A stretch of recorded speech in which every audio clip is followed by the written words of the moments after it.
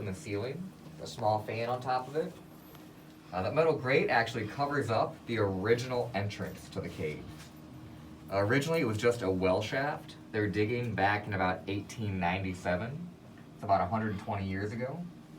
And while they were digging their well, they got about 35 feet down before they broke into the outer room of our cave. Now, finding a cave while digging a well is pretty common on the island, as we do have about 25 known caves up here. But what was incredibly uncommon to find was this back room that we're all standing in. What they had actually discovered was the world's largest celestite geode. Whereas most geodes you find, like the ones in our display cases upstairs, about the size of your fist to maybe kind of a softball range. But our geode grew to be this entire room that you can actually stand up and walk around in. Wow. And as you look throughout the cave, you'll notice a lot of our crystals have these kind of brown and black spots all over them, and they're kind of gray in color.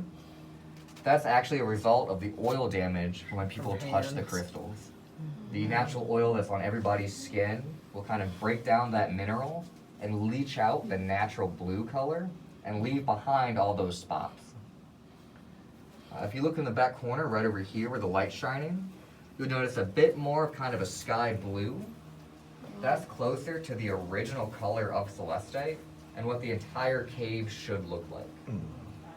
But we've been given tours of our cave for about 115, 120 years. So a lot of the damage we see today is from when we first started giving tours before they really knew about that oil damage. And even though the crystals are pretty impressive, they are made entirely out of celestite, which is just a very low value gemstone. So there's not a whole lot of raw value to be had in our cave.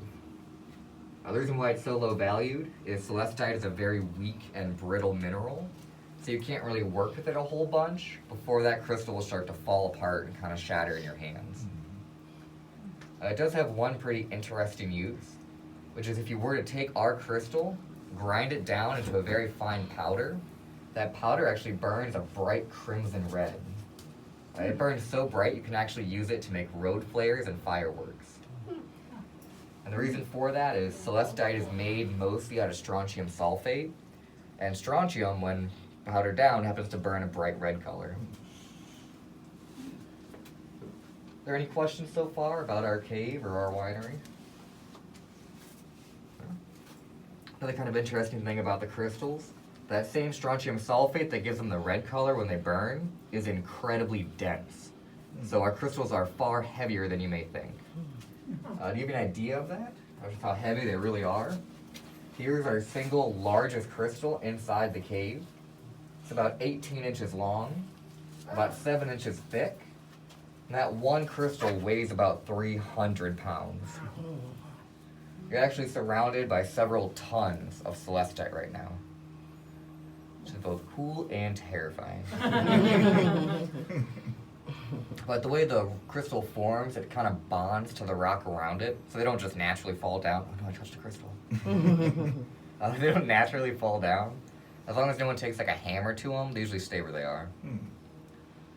No one brought a hammer, did they? Oh, okay, we're good.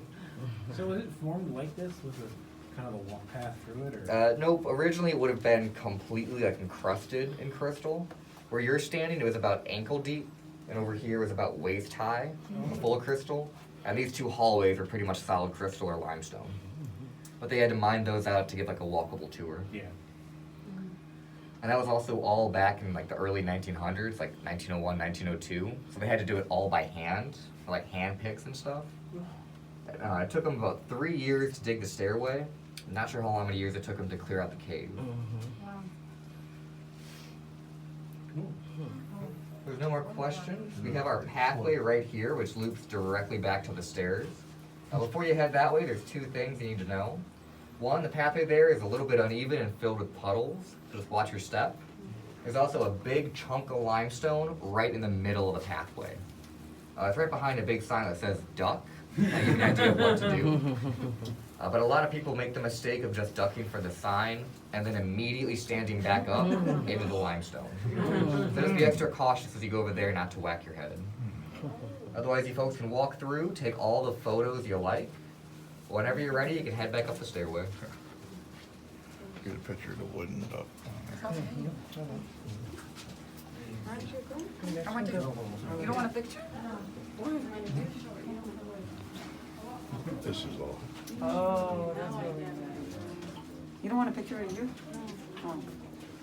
I remember my first tour, the guy talked about that You want a picture? big crystal there, and I forgot, and I was like, what he talks about, I Yeah. can't remember what he was saying, but it was the weight. Yeah, it's incredibly heavy. Yeah. And the crystal's also what you see here, and it goes up about a foot. Yeah, that's what I said. It's so cool.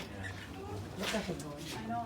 But I guess like if you drop it, it just shatters. Yeah, they're real weak. Yeah. I think they're like a 4 on the nose scale, which is super brittle.